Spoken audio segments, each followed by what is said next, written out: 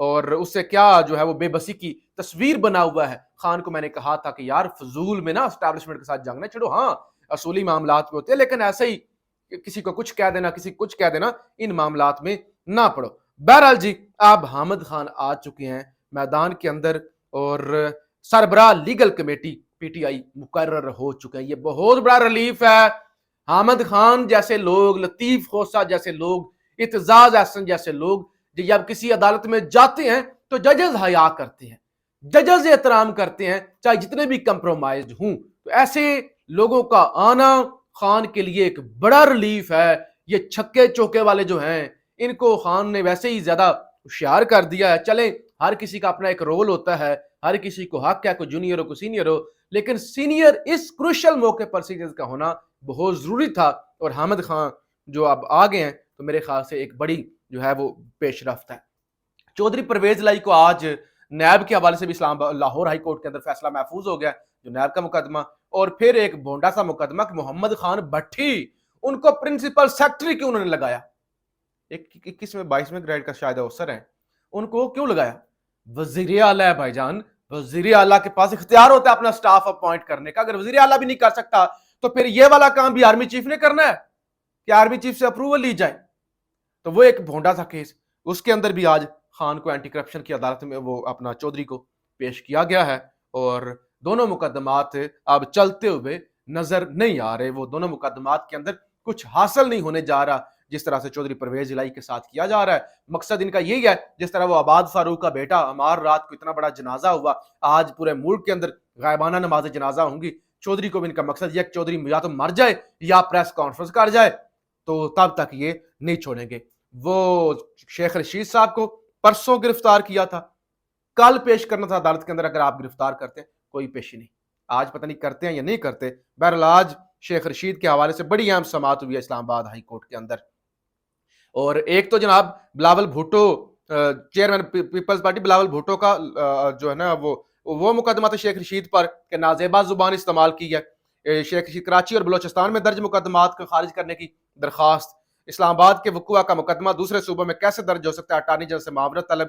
کراچی کے تھانہ موچکو میں درج مقدمے کے تفتیشی افسر کے قابل ضمانت وارنٹ جاری. اچھا ادھر کیسے مقدمہ جو ہے نا وہ درج کر دیا آپ نے شیخ رشید پر. اچھا عدالت نے طلبی کے باوجود پیش نہ ہونے پر تفتیشی افسر کے وارنٹ جاری کیے. اچھا آئی جی سندھ قابل ضمانت وارنٹ کی تعمیل کروائیں اسلام آباد ہائی کورٹ. یعنی ادھر کراچی میں ایک تھانے میں مقدمہ درج ہوا تھا, عدالت نے کہا آپ نے ادھر کدھر مقدمہ درج کر دیا, بتائیں پٹیشنر نے کون سا گلیز اور غیر اخلاقی لفظ کہا. عدالت نے سرکاری وکیل سے پوچھا, تفتیشی افسر نے انویسٹیگیشن کی ہوگی. سرکاری وکیل اسلام آباد کے وقوع کا موجکو کمیاڑی میں مقدمہ کیسے درج ہوا, عدالت نے پوچھا. سوشل میڈیا پر کسی نے دیکھا اور اس نے مقدمہ درج کرا دیا, وکیل نے کہا. تو پھر عدالت نے جو کلاس نے کہا بھٹو بینظیر بھٹو کا مقدمہ تو قتل تو لیاقت باغ میں ہوا تھا, ان کا مقدمہ بھی لیاقت باغ میں درج ہوا. اب سوشل میڈیا پر ہو سکتا ہے کسی نے بلوچستان میں دیکھا ہو, یا اگر کہیں جرم ہوتا ہے اسلام آباد میں سوشل میڈیا پہ اس کو انگلینڈ دیکھا جاتا ہے تو انگلینڈ اس کا مقدمہ درج ہوگا. تو یہ تو کوئی سمجھ نہیں آتی. پھر ایک لسبیلا بلوچستان کے اندر مقدمہ درج ہوا تھا یہ پر شیخ رشید صاحب پر, تو انہوں نے کہا وہ اس مقدمے کا کیا کرنا ہے, وہ مقدمہ کیوں درج ہوا. تو پھر جو بات کی وکیل صاحب نے, انہوں نے کہا ہم ڈھونڈ ڈھونڈ کے مر گئے ہیں, ڈھونڈ ڈھونڈ کے مر گئے ہیں کہ وہ لسبیلا والا مدعی ہمیں مل جائے. ہمیں وہ مدعی نہیں ملا, ہمیں نہیں مدعی ملا. کس مدعی نے جو ہے وہ لسبیلا کے اندر درج مقدمہ کروایا تھا, یہ تفتیشی افسر نے کہا, اور مقدمہ انہوں نے کہا خارج کیا جائے کیونکہ ہمیں مدعی نہیں ملا. ڈھونڈ ڈھونڈ کے, حالانکہ جب یہ فروری کے اندر مقدمہ درج ہوا تھا تو ہر چیز پوری ریاستی مشینری حرکت میں آ گئی تھی کہ شیخ رشید کو بلوچستان لے کے جانا ہے. لسبیلا کے اندر بہت بڑا مقدمہ درج ہو گیا ہے. اب سمجھ آئیے کہ وہ جناب مقدمہ کیا درج ہونا تھا, مدعی نہیں مل رہا. بہرحال اس کے علاوہ مقدمہ جو توہین مذہب کا, وہ جس طرح توہین مذہب سے عمران خان پر جو الزامات لگائے گئے اور وہ پی ٹی وی پر ڈائریکٹ وہ سب کچھ چلایا گیا, عمران خان تو مسلمان ہی نہیں ہے, وہ والے مقدمات بھی خارج کرنے کی جو ہے وہ اس پر بھی کام شروع ہو گیا ہے, جو ہے مریم اورنگزیب پر اور میاں جاوید لطیف پر.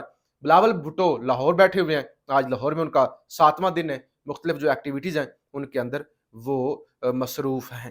اور شیخ رشید کو حراست میں لیے جانے پر آئی جی پنجاب سے جناب رپورٹ طلب کر لی گئی ہے. مقدمہ عبدالرازق نے پیش ہوئے ہیں, جو لاہور ہائی کورٹ کا پنڈی بینچ ہے اس کے اندر، اور پوچھا گیا کہ شیخ رشید کو پیش کیوں نہیں کیا گیا اور ان کو گرفتار کیوں کیا گیا۔ ایک اور پی ٹی آئی کے لیے خوشخبری، 9 ستمبر کو ایک الیکشن ہوا تھا حلقہ 13 جی بی کے اندر، گلگت بلتستان کے استور کے علاقے کے اندر خورشید خان صاحب وہ جیت گئے تھے، اور پھر اس کے بعد نوٹیفکیشن ہی جاری نہیں ہونے دیا گیا، نوٹیفکیشن کو روک لیا گیا، رزلٹ کو روک لیا گیا۔ اس کو جو ایپلیٹ چیف کورٹ ہے گلگت بلتستان کی، اس کے اندر خورشید خان صاحب نے چیلنج کیا تھا، اور اب جی بی 13 حلقہ 13 استور 1 کے ضمنی الیکشن کا نتیجہ روکنے کا نوٹیفکیشن وہاں کی سپریم کورٹ نے جناب کالعدم قرار دے دیا ہے۔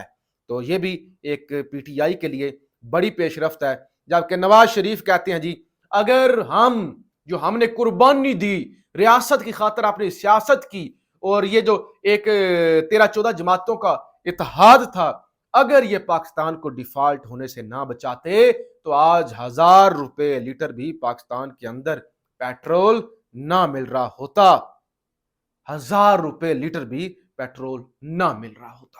اور پہلے وہ کہتے تھے اگر الیکشن کا اعلان ہو گیا تو ڈالر 500 روپے کا ہو جائے گا۔ تو یہ جناب سب کچھ ہو رہا ہے۔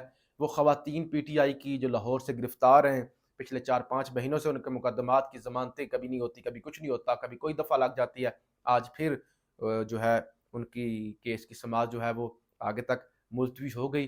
عمران خان کی ضمانت پر بھی سماعت نہیں ہو سکی، کاز لسٹ اچانک منسوخ ہو گئی۔ آپ دیکھتے ہیں کہ کل سپریم کورٹ کے اندر تو ایک تماشا لگا، پورے ملک نے وہ تماشا لائیو دیکھا، اور ججز میں آپس میں اتفاق ہی نہیں، آپس میں جو لڑائی تھی وہ پوری قوم نے انجوائے کی۔